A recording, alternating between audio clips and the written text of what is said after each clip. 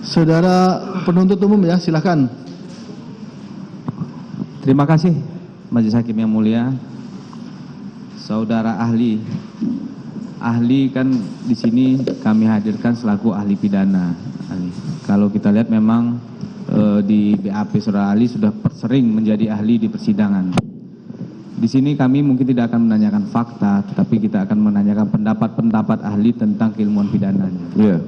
Yang pertama pertanyaan saya yaitu terkait dengan pasal penganiayaan 351 dan seterusnya ahli. Bisa ahli terangkan unsur-unsur apa yang ada di bab penganiayaan tersebut menurut pendapat ahli?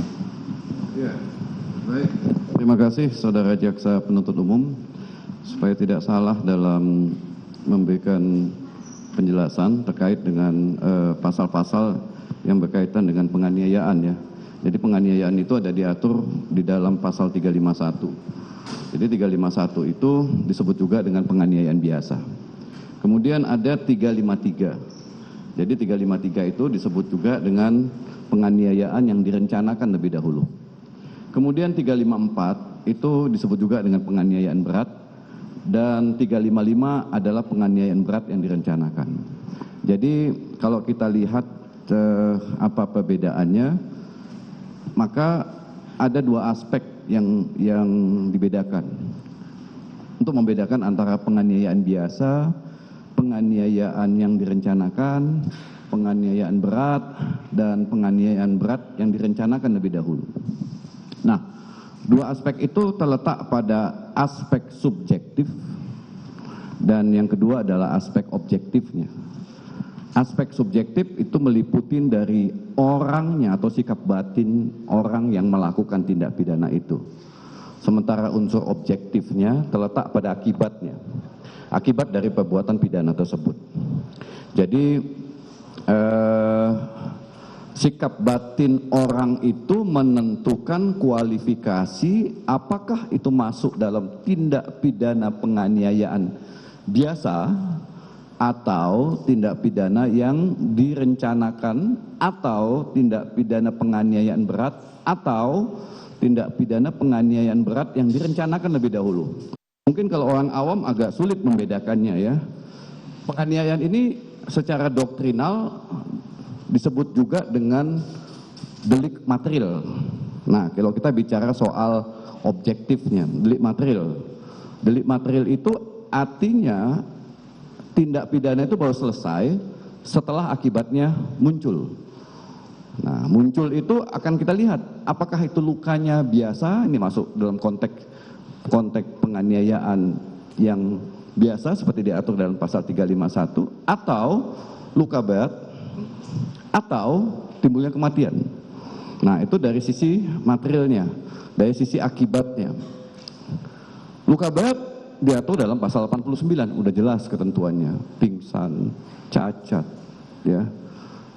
Kemudian tidak bisa menjalankan aktivitas seperti biasa, ya, dirawat berhari-hari atau berminggu-minggu atau berbulan-bulan, ya.